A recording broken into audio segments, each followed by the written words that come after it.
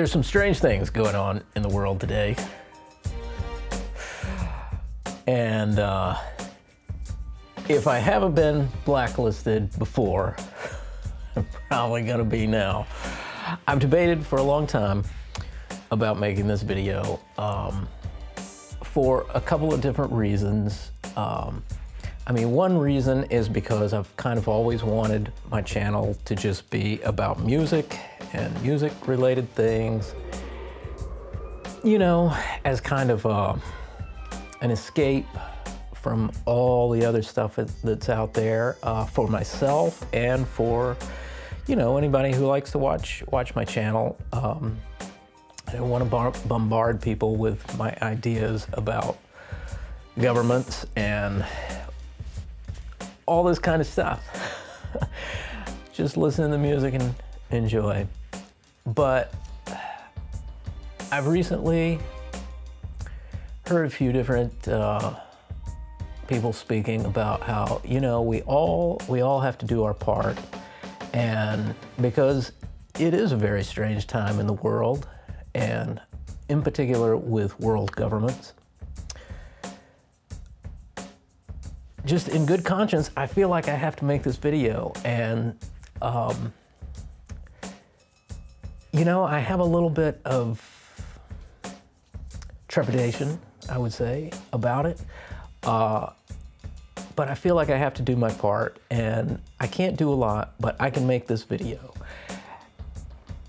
Part of the trepidation comes from the harassment that I experienced before, and I think maybe some of my views on all this is part of that, because I didn't go into it before about all the, you can see that other video called Why I Left Instagram, I think it was. I didn't go into all of that, but I'll go into a little bit more because there were some questions. All of that stuff that started there on Instagram and later on YouTube, the harassment that I would call it, started right around about the same time that I made a few comments on the fact that in Donald Trump's first run for office in 2016, he really didn't get any kind of traction at all until he started getting a whole lot of money from Sheldon Adelson. And that's a fact. And I learned that from Noam Chomsky, who I love and have listened to for a long time. And I mentioned that, and then all of this started, which is interesting. That happened.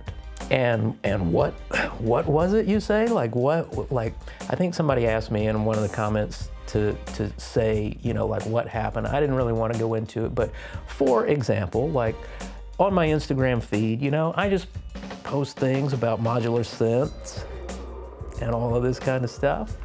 And that's all that was in my feed, the recommended suggested feed or whatever, you know. It's just more modular synth videos until one morning I woke up and I opened my Instagram the way I always did, and every single post, every one, as far as you wanted to scroll, were people walking dogs. That happened overnight. Every post, overnight. I thought, what's happened here? I didn't know. I close it out. I open again a little later, and it's all like Islamic militants. Like as far as you wanted to scroll. And I was like, so something definitely happened there. That's fact. I don't know. But so anyway, it really freaked me out, and I unfollowed everybody on Instagram, and it got weirder and weirder like this, and all kinds of strange stuff. But anyway, you know what? I'm not afraid of all that anymore. And I'm going to speak out, and they can blacklist me, and they can do whatever they want to. I don't care. They can call me an anti-Semite. They can call me this. All of those are tactics and untrue. So my thoughts on Gaza, I'm going to bring it out there. I have been inspired by a lot of people that I admire so much and I think are very brave to speak out. People like Brian Eno and Roger Waters and Chris Hedges and Norman Finkelstein, and probably my favorite, Noam Chomsky. Chomsky has been such a brave, strong person to address all of these various issues over the years that it's really impressive. And he was the first person who really got me thinking many years ago about the situation with the Palestinians. And I remember in hearing one of his talks, he laid out a series of facts that he had discovered throughout his research and his actually going there and everything else. And the first fact was, that the land was stolen from them. And then not only that, he further detailed how their freedom of movement on what was their own land was greatly restricted in what can only be described as a very inhumane way. But then further, he had discovered that basically the Israeli government and their forces, the military and Mossad and everything else, however they do it, had discovered, researched exactly the amount of calories for the amount of people within Gaza, what it would take to be healthy, the amount of calories that would be needed, and systematically, purposefully limited the amount of food that would meet that caloric intake for food security, to make sure that they were always in a state of hunger and food insecurity, just to let them know who is boss. That they are second class to anything else and that they are controlled. That's a fact. That was happening for years, never reported in the mainstream media.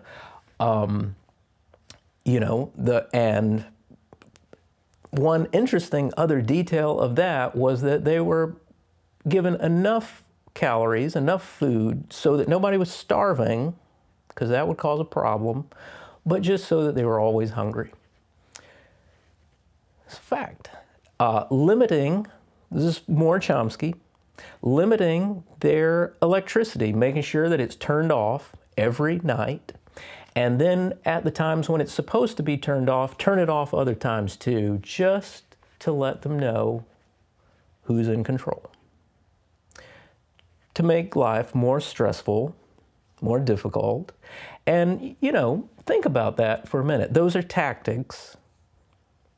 And those kind of tactics, for one thing, just think about like how difficult it would be to keep food refrigerated if your electricity's turned off overnight and you're in a desert. Those kind of things to make life unpleasant, difficult, let you know who's in charge. So,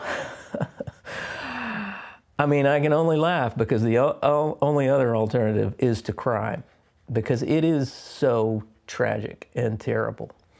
And after Chomsky reported on all this and had been over there, boots on the ground, really doing the real research, he was banned. He was banned from the nation state of Israel. Couldn't come into Israel anymore. And think about that for a minute. Here's one of the most famous, well-respected academics in the world who happens to be Jewish, speaks out on the actions of the nation state, and this nation state proceeds to ban him from the country. So this is before, and this is years, long time ago, years before all of this recent insanity with the universities in my country, the United States, and this business with UK professors and Irish rappers. This kind of stuff should scare the bejesus out of everybody. It's terrifying, and it should really enrage everyone, because these are systems of power that will come for everyone at a certain point. And speaking of Ireland, Irish rappers, speaking of Ireland, it's there's a reason why there's so much solidarity among the Irish Republicans in particular for the Palestinian people. They know full well what it's like to have your land stolen from you and to be kept in subjugation. There's a reason why Africa as a country, in particular the South African apartheid, they know full well what that's like. And there's a reason of this kind of solidarity. There's a reason. And, in my own country, the United States of America, which I love my country, and I don't like to see it get torn apart, which is happening. It was Brian Eno, actually, that first made me think about the similarities between the situation with the Native American people at the forming of this country and that of the Palestinians. To basically have a much more powerful regime come in and take your land out from under you, and then to treat you as, at best, a second-class citizen, at worst, a prisoner in your own country. And so that kind of brings me to the point of I hear all the time about October 7th and Hamas starting this war on October 7th. And October 7th was horrible, to be sure. There's no doubt about this. And I would just like to say right now that my position is that of peace and nonviolence in every way. Anytime anyone's hurting other people, this is always bad, and it's never really justified. It's really hard to have any kind of moral high ground or any kind of credence to your position if you go into it through violence. And not only through violence, but also through thwarting the law, really, the law of the land. And, in my country, the United States of America, we have our Constitution. And other countries aren't as fortunate to have a constitution the way that we do. The UK, for example, doesn't have a constitution. Everything's done basically just through precedent.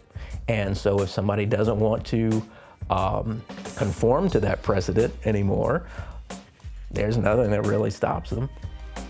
But that's not true in the United States of America. We have a constitution, and it's also really interesting when I say very strange things are happening within governments. It's really interesting how parties within the United States that in the past have always held to a very high level the importance of the Constitution are now so quick to just thwart it and throw it out. It's amazing, really, and terrifying. And anytime you go in that direction, any party, any person, any way that goes in that direction, in my mind, they immediately lose all credibility. If you want to thwart the United States Constitution and throw it out, then you're going on the wrong path, because that was made for all of us. Supposed to be. About October 7th, there were many tragedies that happened there, and that is unfortunate, and terrible, and sad, and abhorrent.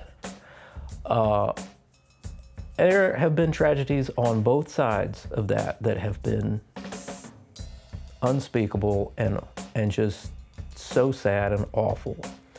But it does remain the fact that October 7th was not an attack. And it seems like it never gets framed this way. October 7th was not an attack. It was a counterattack. It was a counterattack against decades-long oppression, subjugation, and inhumane treatment at the hands of systems of power that stole their land, kept them subjugated by force in what can only and accurately be described as an open-air prison. So, you know, if you think about that for a minute, of like what that would be like to have the boot on your neck in your own land for decades and decades. So you think about if somebody came into your home, broke in by force, and said, "This is my home now. But I'll tell you what, you and your family can stay in that tiny little back bedroom there, and that can be yours. But we're going to put down this piece of tape here throughout the house, and you have to walk on that piece of tape. And you can only walk there. And only when we say so. And if you step off one time, we're going to shoot you in the kneecap. And if you do it again, we're going to shoot you in the head."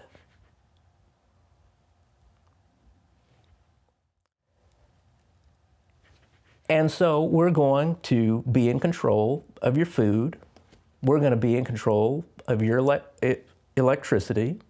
We're going to ration this out to you as we see fit, just so you remember who's in charge. Just so you remember who's in charge in your own home, which is our home now.